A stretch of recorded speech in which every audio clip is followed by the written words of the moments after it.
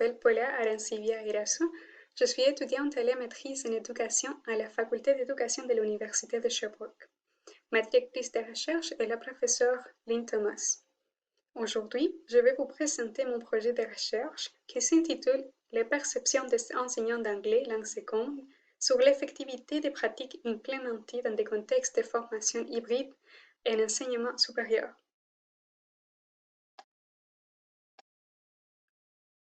Ce projet se base sur l'importance de parler une deuxième langue, notamment des auteurs comme Xi ont mentionné que la mondialisation et l'internationalisation ont eu un rôle fondamental à cet égard. Nous pouvons constater que l'anglais en particulier est devenu une langue permettant la communication entre différents pays de différentes cultures et dans différents domaines comme sont la science, les affaires et l'industrie. Alors, de plus en plus, les universités ont commencé à inclure des cours d'anglais langue seconde ou d'anglais langue étrangère ou d'anglais pour des objectifs spécifiques dans leur programme.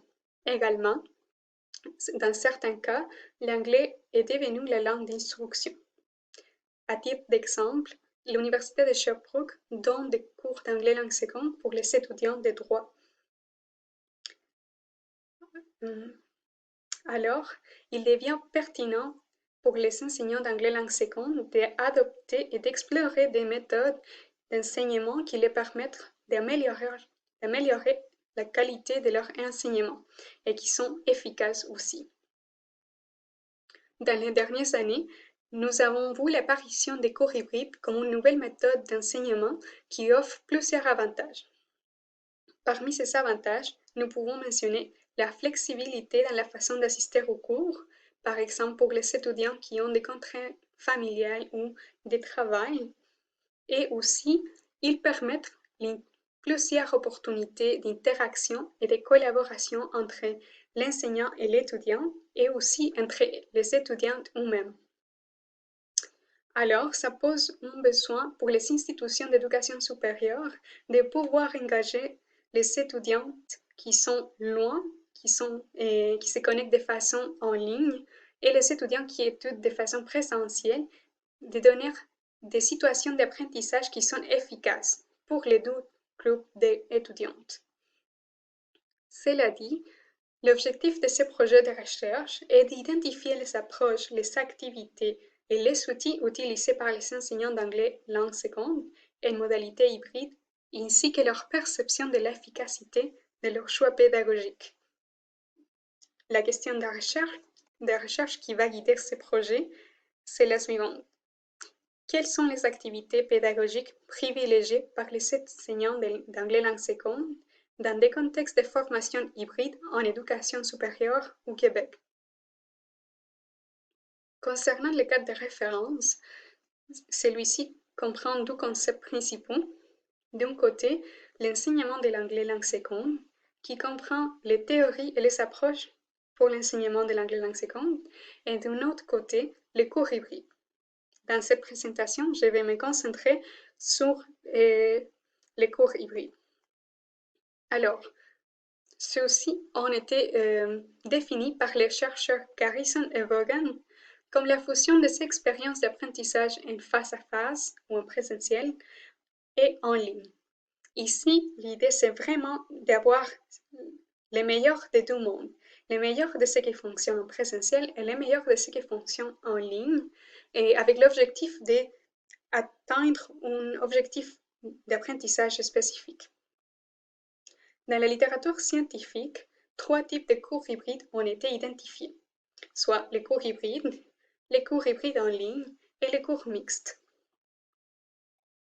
Donc, en premier lieu, les cours hybrides sont des cours où il y a une partie qui se déroule de façon présentielle et une autre partie qui se déroule en ligne, souvent de façon asynchrone. Ce type de cours sont les cours qui sont les plus utilisés en enseignement supérieur, et les ratios de la portion qui est donnée en ligne ou en présentiel peut varier selon les universités. Par exemple, les chercheurs Allen et Seaman considèrent qu'un cours est hybride quand de 30% à 79% des activités ont lieu en ligne. En deuxième lieu, les cours hybrides en ligne sont des cours qui se déroulent uniquement en ligne où il y a deux parties. Une partie qui se déroule de façon synchrone où les étudiants et l'enseignant sont présents dans la même séance de cours et une partie asynchrone où l'étudiant va travailler d'une façon plus autonome sur les apprentissages du cours. Ça peut inclure par exemple des lectures à faire ou la rédaction ou la recherche des informations concernant un projet spécifique, etc. En troisième lieu, les cours mixtes sont des cours où l'enseignant va enseigner un cours où il y a deux groupes d'étudiantes. Le premier groupe est présent physiquement dans la classe et l'autre groupe est présent mais de façon en ligne. Ce type de cours est le modèle le plus flexible pour les étudiants d'assister au cours. Et dans la diapositive, nous pouvons noter dans la photo en haut, par exemple, qu'il y a un groupe d'étudiants qui sont présents physiquement avec l'enseignant dans la salle de classe et une partie des étudiants sont présents en ligne, ce que nous pouvons voir dans l'écran. Dans la photo en bas, nous pouvons constater l'utilisation des mondes virtuels pour que les étudiants qui sont à distance peuvent participer d'un cours. Nous pouvons constater aussi qu'il y a une partie des étudiants qui sont présents physiquement dans les cours. Concernant la méthodologie envisagée, j'aimerais préciser que ce projet s'inscrit dans un projet de recherche plus grand qui est mené par le professeur Saucin Lacalle et qui s'intitule La persévérance et la performance des étudiants dans des cours hybrides en enseignement supérieur. En ce qui concerne mon projet, j'envisage une démarche qualitative avec l'utilisation secondaire des données, l'analyse des contenus d'environ 10 entrevues auprès des enseignants d'anglais langue seconde de 3 universités, l'Université de Sherbrooke, l'Université Laval et l'Université d'Ottawa.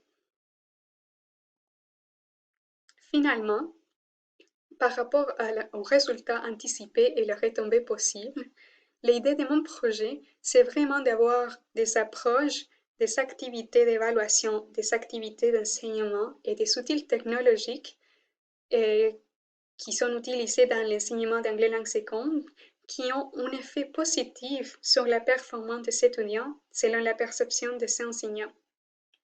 Cela va permettre d'enrichir l'inventaire d'activités prêtes à leur utilisation par les enseignants d'anglais langue seconde en enseignement supérieur et en contexte d'enseignement hybride en ce qui concerne les milieux de pratique et en ce qui concerne les milieux scientifiques, cela va permettre de combler un vide dans la littérature scientifique concernant les activités concrètes dans l'enseignement d'anglais langue seconde et en contexte de formation hybride et en éducation supérieure.